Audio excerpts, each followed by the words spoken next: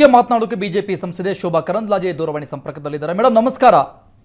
ನಮಸ್ಕಾರ madam, election ಭಾರತದಲ್ಲಿ ಆಗ್ತಾ ಇದೆಯಾ ಪಾಕಿಸ್ತಾನದಲ್ಲಿ ಆಗ್ತಾ ಇದೆಯಾ? ಈ ರೀತಿಯಾಗಿ ವಿಧಾನಸೌಧದಲ್ಲಿ ಘೋಷಣೆ ಕೂಗ್ತಾರೆ ಅಂದ್ರೆ ಏನ್ ಹೇಳ್ತೀರಿ?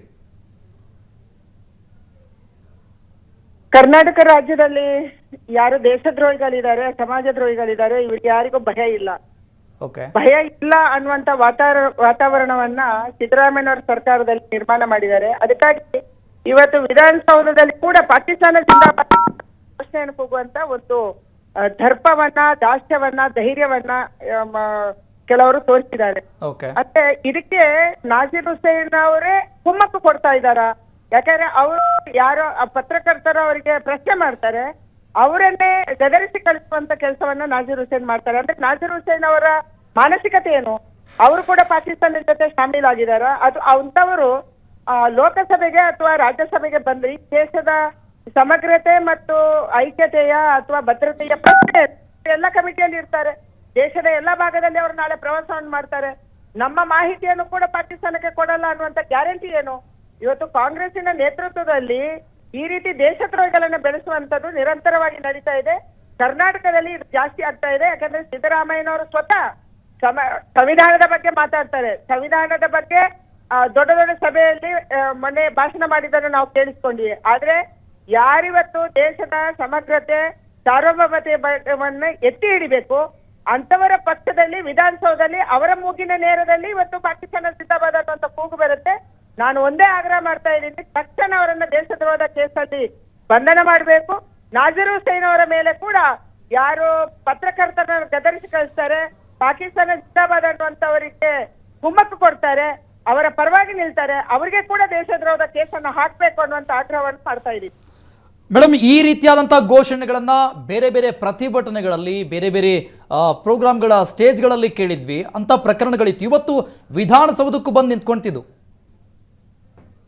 ವಿಧಾನಸೌಧಕ್ಕೆ ಯಾಕೆ ಬರುತ್ತೆ ಅಂತಂದ್ರೆ, ವಿಧಾನಸೌಧದಲ್ಲಿ ಇದಕ್ಕೆ ಕುಮ್ಮಕ್ಕು ಕೊಡುವಂತ ಜನ ಇದ್ದಾರೆ. ಮುಖ್ಯಮಂತ್ರಿಗಳ ಮನೆಗೆ ಹೋದ್ರೆ ಇವತ್ತು ಇದೇ ಘೋಷಣೆ ಕೂಗುವಂತವ್ರನ್ನ ಅವರು ಸೇರಿಸ್ಕೊಂತಾರೆ, ಅವರಿಗೆ ಬಿರಿಯಾನಿ ಊಟ ಹಾಕ್ತಾರೆ. ವಿಧಾನಸೌಧಕ್ಕೆ ಬರ್ತಾರೆ, 3ನೇ ಮಹಡಿಗೆ ಹೋಗ್ತಾರೆ, ಮುಖ್ಯಮಂತ್ರಿಗಳ ಕಚೇರಿಗೆ ಹೋಗ್ತಾರೆ. ಅಲ್ಲಿ ಅವರಿಗೆ ಸಿಗ್ತಾ ಇರುವಂತ ಬೆಂಬಲ ಮತ್ತು ಕುಮ್ಮಕ್ಕಿನ ಕಾರಣಕ್ಕಾಗಿ ಇವತ್ತು ವಿಧಾನಸೌಧದಲ್ಲಿ ಪಾಕಿಸ್ತಾನ ಜಿಂದಾಬಾದ್ ಅವರ ಮನಸ್ಸಿನ ಒಳಗೆ ಏನಿದೆ, ಅವರ ಅಂತರ್ಯದ ಒಳಗೆ ಏನಿದೆ ಅದನ್ನು ಹೇಳುವಂತ ಧೈರ್ಯ ಅವರಿಗೆ ಬಂದಿದೆ. ಯಾವ್ದಾದ್ರೂ ನಾನು ಆಗ್ರಹ ಮಾಡೋದು ಒಂದೇ, ಇವತ್ತು ಯಾರು ನಮ್ಮ ಪೊಲೀಸ್ ವರಿಷ್ಠಾಧಿಕಾರಿಗಳಿದ್ದಾರೆ, ನೀವು ಈ ದೇಶದ ಸಮಗ್ರತೆಯನ್ನ, ಸಾರ್ವಭೌಮತೆಯನ್ನು ಎತ್ತಿ ಹಿಡಿತೀವಿ ಅಂತ ಹೇಳಿ ಪ್ರಮಾಣ ವಚನ ಸ್ವೀಕಾರ ಮಾಡಿ IPS ತಗೊಂಡಿದ್ದೀರಿ.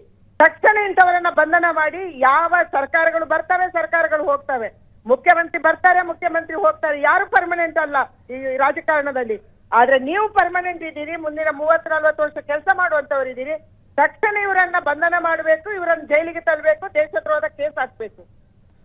ಮೇಡಮ್, ತಿನ್ನೋದಿಲ್ಲಿ ಅನ್ನ, ಭಾರತದ ಪ್ರಜೆಯಾಗಿ ಬದುಕುದಾದ್ರೆ ಇವರ ಹೃದಯದಲ್ಲಿ ಮಾತ್ರ ಪಾಕಿಸ್ತಾನ ಇದೆ ಅಂತ ಇವರಿಗೆ ಯಾರಿಗೂ ನಿಯತ್ತಿಲ್ಲ. ಇಲ್ಲಿ ಇರುವಂತ ಹಲವಾರು ಜನ ಯಾರು ದೇಶದ್ರೋಹಿಗಳಿದ್ದಾರೆ, ಇವರಿಗೆ ಬೇರೆ ಬೇರೆ ದೇಶದಿಂದ ದುಡ್ಡು ಬರುತ್ತೆ. ಇವರು ಇಲ್ಲಿ ಪಾಪ್ಯುಲರ್ ಫ್ರಂಟ್ ಆಫ್ ಇಂಡಿಯಾ ಅನ್ನುವಂತ ಒಂದು ಸಂಘಟನೆ ಮಾಡ್ಕೊಂಡ್ರು. ಅದನ್ನೇ ಇವತ್ತು ಕನ್ವರ್ಷನ್ ಮಾಡಿ SDPI ಅನ್ನುವಂತ ಒಂದು ಪಕ್ಷ ಕಟ್ಕೊಂಡಿದ್ದಾರೆ.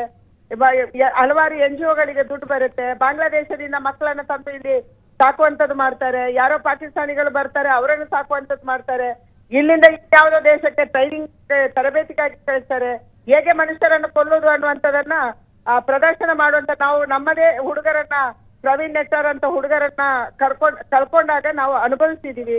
ಇಂಥ ದೇಶದ್ರೋಹಿಗಳು ಇಲ್ಲಿ ಅನ್ನ ತಿಂದು, ಇಲ್ಲಿಯ ಗಾಳಿ ಕುಡಿದು, ಇಲ್ಲಿ ಎಲ್ಲಾ ಸರ್ಕಾರಿ ಸೌಲಭ್ಯಗಳನ್ನ ಪಡ್ಕೊಂಡು ಪಾಕಿಸ್ತಾನದ ಪರವಾಗಿ ನಿಲ್ತಾರೆ. ಒಂದ್ಸರಿ ಇಂಥವ್ರಿಗೆಲ್ಲ ಪಾಕಿಸ್ತಾನಕ್ಕೆ ಕಳಿಸಿ ನೋಡ್ಬೇಕಾ ಅಲ್ಲಿಯ ಪರಿಸ್ಥಿತಿ? ಮೇಡಮ್, ಯಾರು ಆನ್ಸರೇಬಲ್ ಯಾರು ಇದಕ್ಕೆ? ಈ ಘಟನೆಗೆ ಯಾರು ಆನ್ಸರೇಬಲ್ ಯಾರು? ಈ ಘಟನೆಗೆ ನೇರವಾಗಿ ಮುಖ್ಯಮಂತ್ರಿಗಳ ಆನ್ಸರೇಬಲ್ ಮತ್ತು ನಾಜೀರ್ ಹುಸೇನ್ ಆನ್ಸರೇಬಲ್. ಯಾಕಂದ್ರೆ ಮುಖ್ಯಮಂತ್ರಿಗಳು ಇಂಥವರನ್ನೆಲ್ಲ ವಿಧಾನಸೌಧಕ್ಕೆ ಸೇರಿಸ್ಕೊಂತಾರೆ, ಬಾಕಿಯವರಿಗೆ ಪಾಸ್ ಕೇಳ್ತಾರೆ, ಇಂಥವರಿಗೆ ಯಾವ್ದು ಕೇಳಲ್ಲ. ನಾಜೀರ್ ಹುಸೇನ್ ಅವರ ಮೂಗಿನ ನೇರದಲ್ಲಿ ಆಗಿದೆ, ಅವರ ಬೆಂಬಲಿಗರು ಇದನ್ನು ಮಾಡ್ತಾರೆ. ಅದಕ್ಕಾಗಿ ನಾಜೀರ್ ಹುಸೇನ್ ಅವರು ಪತ್ರಕರ್ತರ ಮೇಲೆ ಆವಾಜ ಹಾಕಿದ್ದಾರೆ. ಇದನ್ನ ತಡೆಯುವ ಕೆಲಸ ಮಾಡಿಲ್ಲ, ಅವರ ಕ್ರಮವನ್ನು ಕೈಗೊಳ್ಳುವುದು. Okay madam, thank you. Asianet Suvarna news ಜೊತೆ ಮಾತನಾಡಿದ್ದಕ್ಕೆ.